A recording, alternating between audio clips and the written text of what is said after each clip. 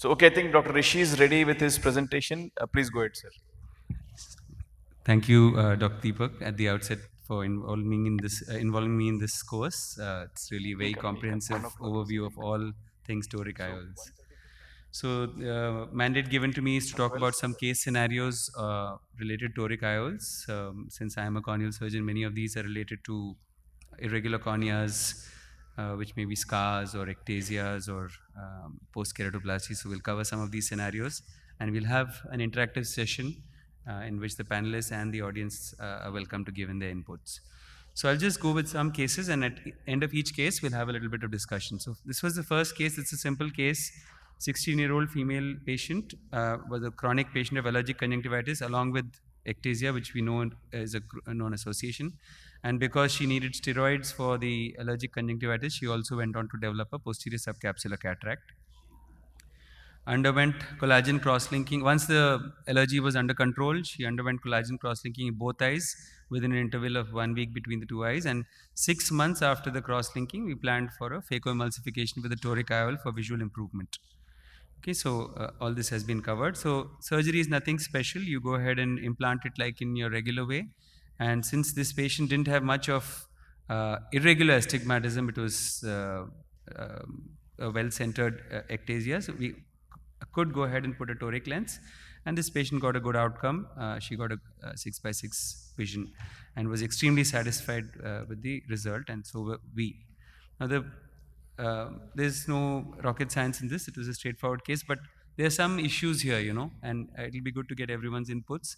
In a patient with a pediatric keratoconus, where we know there is the effect of cross-linking is not permanent.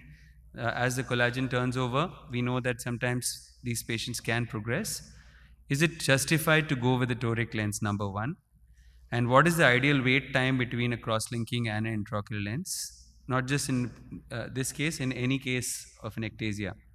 So I request the panelists to just give their inputs.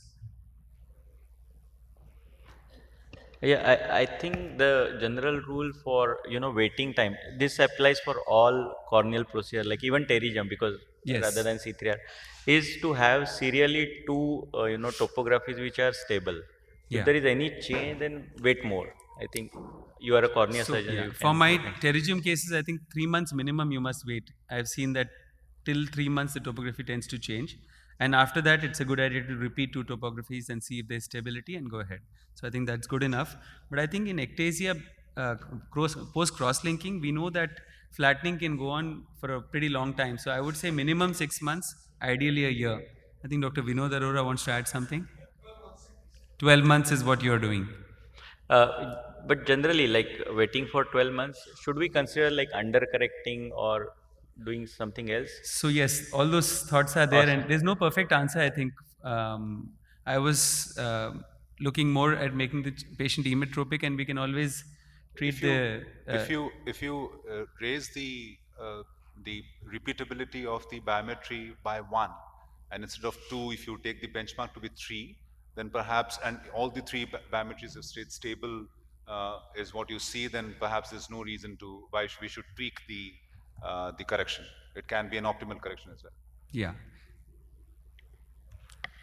This is the other case. So this patient presented in November 2011 with me, 65-year-old female, known case of rheumatoid arthritis on systemic immunosuppressive with history of recurrent episodes of corneal melts, Sjogren's syndrome, history of episodes of viral keratitis also she had in the past. Now this patient came with long-standing burning and blurring of vision in both eyes.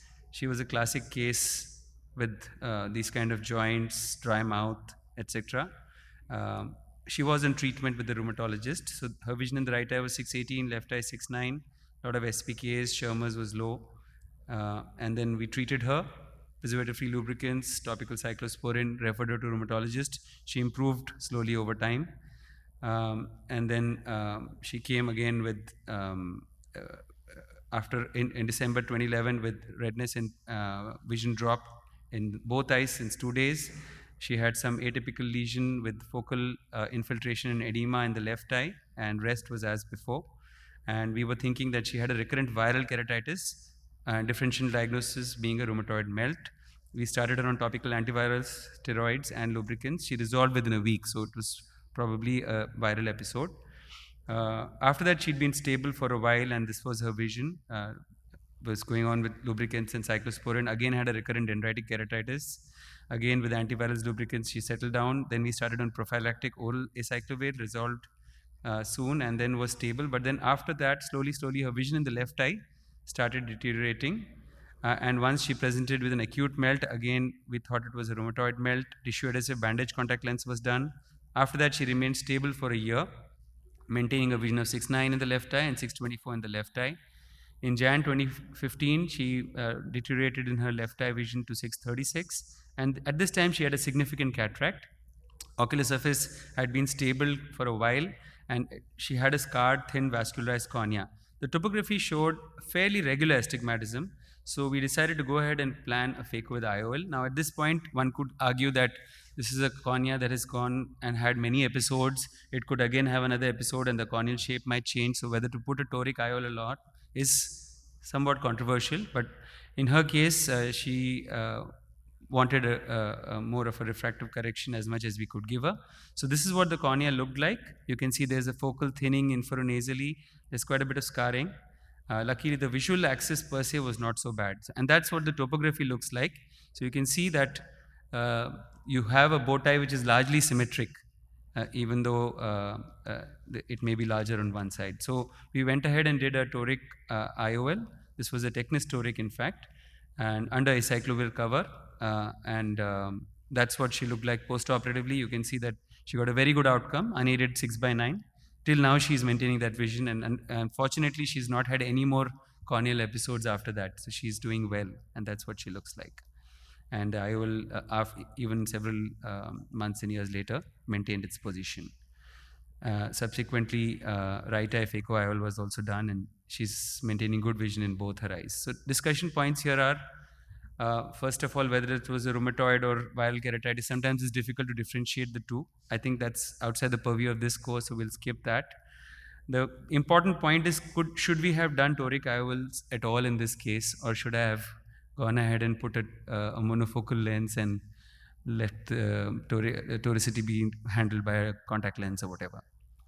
I think you did a good job there. I think counseling to the patient is extremely important. Their expectations, so they can't expect something how a regular eye would behave. So basically our goal is to debulk the amount of astigmatism. You may not hit a bang on reduction any every astigmatism, even if you can say, suppose the patient has 5 astigmatism, if you're reducing by 3, even 3, still the patient would be happy. So that is but exactly. only thing, patient should not expect a 6/6 as unaided, something like that. That should be, you should be able to take the confidence in the patient. I think that is the key thing in all premium lenses, expectation management. Yeah, that is true. More so in these patients where it is debatable. So I'll move on to the next case. If I'm overshooting, please let me know. I have lots of cases, I can stop anytime. So this was a 45-year-old male, advanced ectasia with cataract in the right eye. This is what the cornea looked like on OCT. We planned this patient for a manual DALC, and this patient was, had a history of an old hydrops, I think, and during peeling, there was a small perforation. Yes, but we managed to still go ahead and complete it as a deep lamellar keratoplasty. And this cornea actually did quite well. You can see that there's a little triangular perforation there, but eventually that didn't really matter much, and the patient got a very nice clear cornea, as you can see. And topography guided suture removal was done serially to try and minimize the astigmatism, but in spite of everything, the patient ended up with a lot of a significant amount of astigmatism, about 4.5, and this is how the eye looked post DALC. Now this patient also had a cataract, so after 1 year of all sutures being out, we did a toric IOL implantation, and this patient really did well. 20/20 part unaided vision. He still maintains very good vision and extremely happy with the outcome. So the point is that okay, I'll just show you a few more ectasias with cataract. So this was another patient, 60-year-old lady with pellucid. You can see the periphery of the cornea is quite thinned out and elevated. That's what the cornea looked like in profile, and after the deep lamellar keratoplasty, she looked quite good. You can see that after some years, she went on to develop some interface haze and vascularization, but the visual axis was still quite clear. And slowly she was developing a cataract. So we went ahead and did a cataract surgery for her, and she basically got a good outcome. That's what she looked like afterwards. Best corrected vision was 20/30 with a toric lens, of course. So again, I'm sorry I don't have the topographies here, but if the topography is largely regular, you can go ahead and put toric lenses in ectasias. This was another patient of pellucid. One eye presented with hydrops, which we treated with gas. Other eye had significant pellucid, talc done, sutures out. After all sutures out, 8 diopter cylinder left. This patient actually didn't have a cataract, but because the patient was not happy to wear contact lenses, he was a driver. He desired spectacle or unaided better vision. So we went ahead and put a toric lens in a clear lens actually. And he actually did very well. We used, in this particular case, the smart toric lens from Care Group, which is basically a customized toric lens. And the beauty of this lens is you don't have to use your brain. You just have to insert it 0, 180. So the marks are already there. I've just put the lens along that axis, and you don't really need to do any other marking. It's all built into the lens. And you can treat very high cylinders with this. Only thing you have to be careful is if the cylinder is very high, the lens edge tends to become very thick. So sometimes you may have to make the wound a little larger and be careful while putting it through the bag. So this patient got a very good vision, as you can see. Do I have time? No, I think yes. we'll just discuss something. Thank you. I think now what you showed was the contraindications for toric IOLs are almost now none. Yes. It's coming from a corneal surgeon's perspective. He showed in ectasias, post-KPs and other things. Now let me switch the table and say from a cataract surgeon or a comprehensive ophthalmology patient, from a doctor, you have any contraindications for toric lenses, like say pseudoexfoliation, loose zonules? I think I will not say contraindication, but relative contraindication is keratoconus, where patient is still going to use scleral contact lenses afterwards. So there it's not required, because if you use toric IOL and then patient has to use a cylindrical. Yeah, I think you absolutely nailed it. If it's a patient who's a happy contact lens user, just put a monofocal lens, because IOL induced cylinder cannot be corrected by any contact lens. It's much more complex to handle that. Yes. So keratoconus is one thing where you would be better off doing this thing. Yes. Common situations like, you have a non-dilating pupil, pseudoexfoliation, in those situations, Anurag, would you go ahead and do? It's a wobbly bag. Absolutely, yes. I'll have to rule out the lenticular cylinder part. That's the reason why I That's showed okay, you yeah. That you're done. You're taken care of. So if that is not there and the corneal cylinder needs to be corrected, then obviously, yes, I would. Having said that, this only concern that there is you have to choose the IOL well, which has an excellent rotational stability track record. Why I'm saying this is because once you put in a CTR, you're essentially expanding the equator. So when the equator is expanded, the ring of Sommering formation is not that great over the IOL. So the bag is not going to be of assistance to hold the IOL properly. So the lens itself should have a proper loop memory, and the IOL we are putting in should have a good track record of rotation stability. But otherwise, these are not contraindications at all, per se. Okay, next quickly. Rhexis has gone radial. You planned a toric lens. Rhexis has gone radial. Now, what would be the option? I showed one in my case.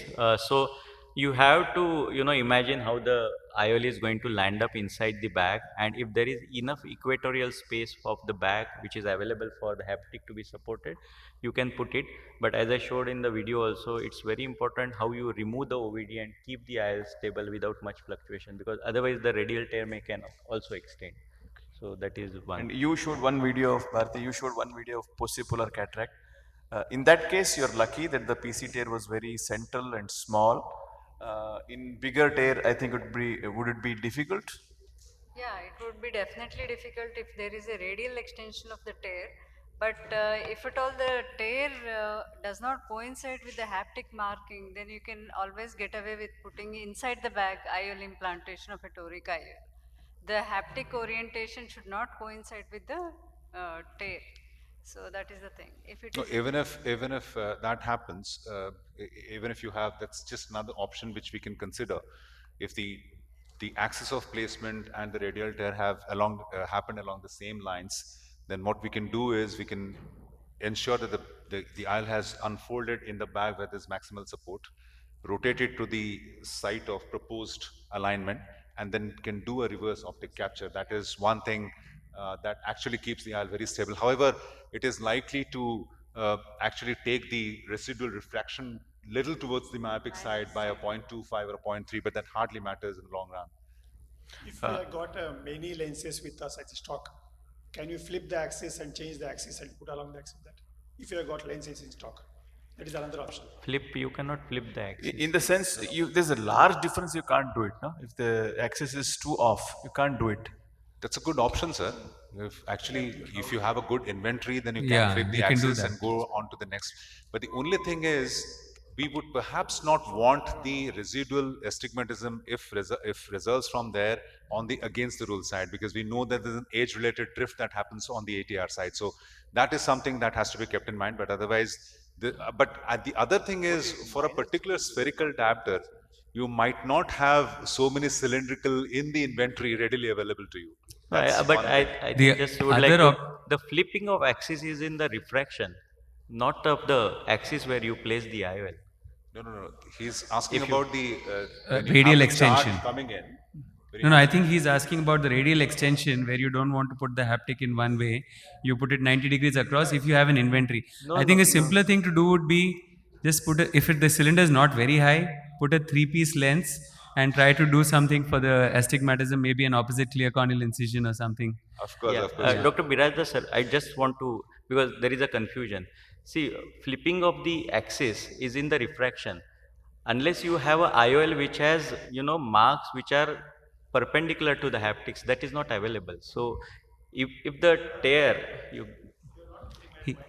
For example, if patient requires a T2 lens or T3 lens, Yes, the axis changes, which we take either T2 Yes. or T3. In that way, I'm telling. He why understands. should the axis change? See, The axis will not change. Axis will not change. The axis will not change. The resultant Placement vector of axis. astigmatism on the output. Axis will not change. No. It He's comes out actually as right. The axis is always along the haptic optic junction, whatever it is.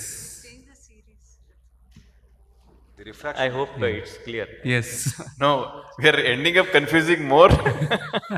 So I don't think we can change the axis. The flipping is for refraction. Yeah, but that's a good idea. You can give it to the manufacturer that you have, IOLs which are perpendicular. Like they should not be along the haptic, but so two set of IOLs. That No, I think apart from that, we also needed desperately a multi-piece hydrophobic toric lenses. Yes, very much. That is Sir. the need of the hour. That is the need of the hour. Because you get excellent centration when you lock or go an IOL optic capture, and it'll be there for life. But we don't have a multi-piece Maybe we can toric request lens. Orolab to do it because they have a preloaded multi-piece Yeah, lens that's the anyway.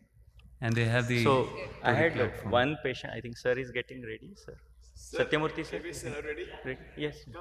One So I more had question one to Dr. Deep. young patient, bilateral frank posterior polar cataract, and she wanted only, and she had cylinder also. She wanted toric trifocals only. So she was referred by another ophthalmologist to me. So what I had, just at that time I had to think about all the possibilities, what can go wrong. She was a young patient. So what I did, I kept the 3-piece multifocal ready for her. I told her. And I told her that post-operatively, the cylinder I will take, correct it with surface ablation. So, that option you can also have in mind. So patient knows that if something goes wrong, this is the plan I am going to follow. So that. So, before sir gets ready, I think I want to ask Dr. Deepak, what kind of pterygiums you would want to operate before taking up the patient for toric IOLs?